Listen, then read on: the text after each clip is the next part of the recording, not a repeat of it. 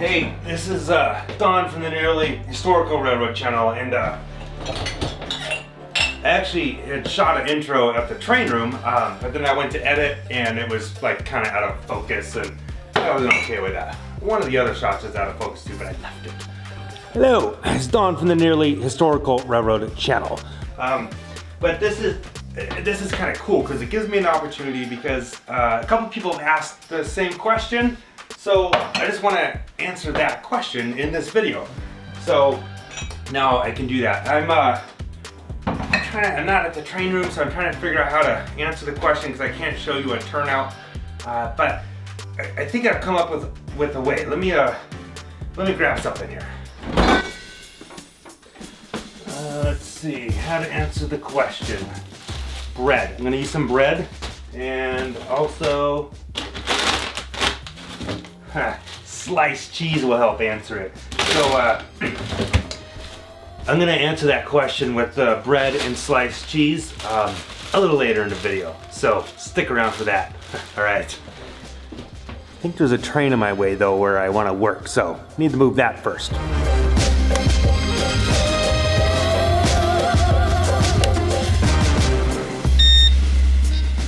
So this is the Kenosha Pass area and Palisades over this way. I'm hopefully going to be working on this area, so need to get this train out of the way.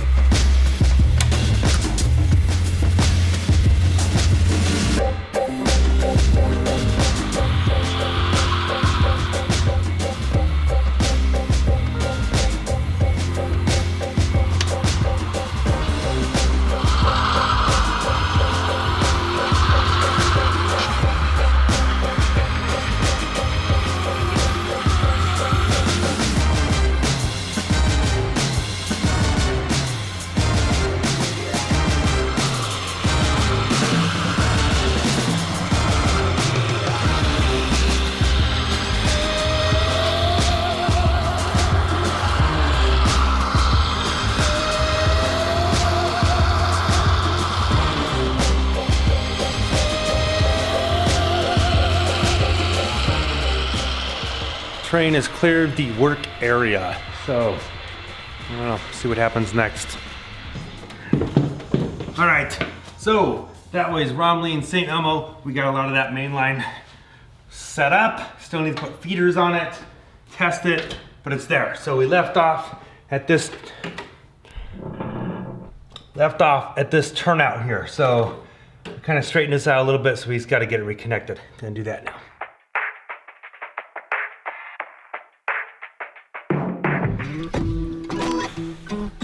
Oh, hey, so Scott's here now, and I didn't shoot much video, but I made a lot of progress, mainly just soldering up feeders. Scott already had them pretty much ready to go, so I just got them all soldered on, added a couple here and there, and so I don't know, I think we're gonna try and light up this bus line here, see what happens. I also soldered some rails, filed it down, that kind of stuff. I'll show you that real quick. So this is over by St. Elmo. I soldered those rails together, those ones. Put feeders in here and around the corner, soldered feeders over here, soldered a couple rails over here, just make sure everything's got good electrical contact. Also filed it, down a little bit. So this is good. Oh, Jim's here too. Jim is there. There he is. He's deep in thought. Oh, there's trees there. So, John's here now too. In the last video we were hand laying track, and I didn't say it, but I actually ran out of small spikes. He happened to be at a hobby store that had spikes, so I said, pick me up 2 bags. There's 1,000 spikes in these. I didn't know there was 1,000 in each bag. So we should have enough spikes for anything. Yeah, this is good though. We can keep going now.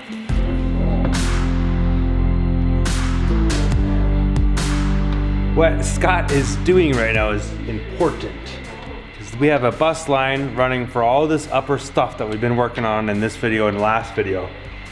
And that lower line down there goes over to its circuit breaker, and it hasn't been connected. There's this one little 1-foot gap that's separating it. So he's tying it into the actual circuit breaker board. These guys are talking about some interesting stuff.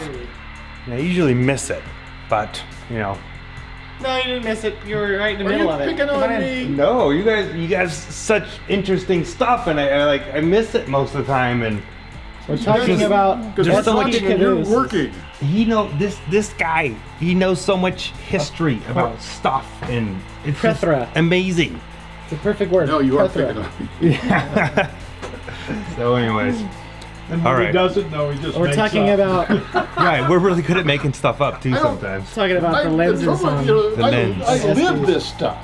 You know, I was there when this stuff was brand new, so it wasn't a matter I read it. This is information I gathered from actually just walking out to the rail and taking train pictures. Were there dinosaurs? He's got lots of pictures. There was no dinosaurs then.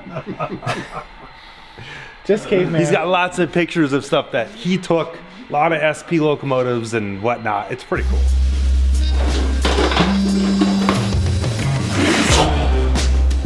We have checked all of our new main line that has rail, and look, it has power. We didn't short anything out. Got all that hooked up. So I think next we're gonna make some safety walls, because we don't want to run nothing on this because it's scary. If it falls off, that's bad. So yes, yep, working. Can you see it? Yeah, good stuff. So a couple frogs are gonna be dead, we know that, but we'll get to that some other time. The main line is good.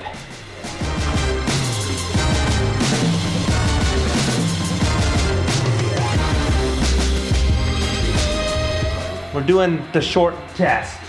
Make sure it shorts out. All right. Middle, good, shorted. Making sure the circuit breaker trips when we short it. Shorted. All right, some beautiful thing. It's all good. Short test worked. All right, so Scott is going to cut some strips so that we can put some barrier on this type of edge temporarily, because we want to test this out, but we're not going to run anything unless we've got something on there. Keep the train from running off the track, falling on the floor. So while he does that, over at Kenosha Pass, I'm going to start laying some rail, because there's more rail that needs to be done over, wherever it is, over there somewhere.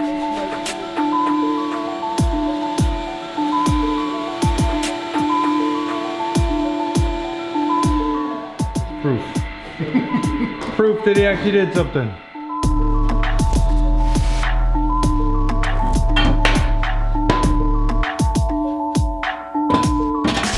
Okay, so Jim and John were about ready to leave, and then I decided, well, let's try and run what we have, so here goes the first try.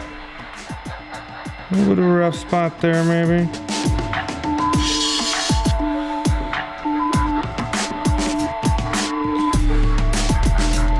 So they've gone about that far before.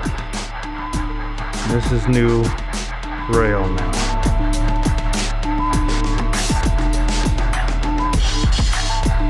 All right, first time. Oh, and it stopped. This frog has no power. Actually, I think it might be shorting there somehow. Okay. Turnout needs a little work. First time I've ever tried running through it. Let's go in by the depot at St. Elmo. Look at that place. So we made it up to Romley. The card that I'm using on my camera is a backup card, and it was too slow, and it got backed up and it stopped on me. But we did make it up here. It stopped on the frog, but we know that because the frog's got no power, but it actually ran through it fine.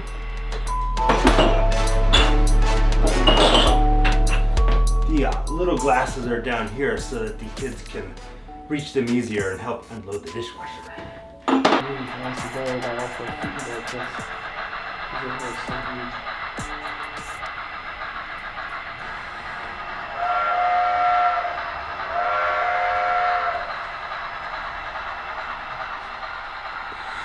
So Scott just got stuff up inside the tunnel, so we're gonna try that out now.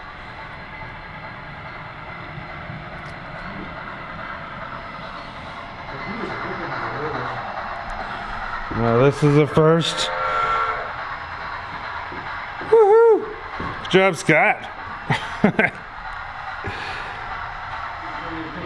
And up to Alpine Station. First time ever. Oh! You know, it's first time ever. Got stuff to work on. Alright, we're stopping there because we have nothing. It'd probably go past here, but we're not ready for that. That's easy.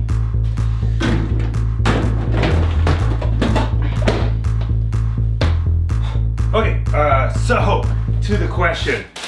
The question is, I've been using copper ties on the turnouts and on some of the track also, and I actually solder the rails to the copper ties. And I actually kind of wondered this at first too, and it's actually really simple, but why does it not short out? Why does it not short the two rails together? And it's really simple, but let me demonstrate. Look, a frog. It might even be powered, I'm not sure. Okay, so the copper tie is not just a solid piece of copper. That's the secret. It's more like this. Hold on.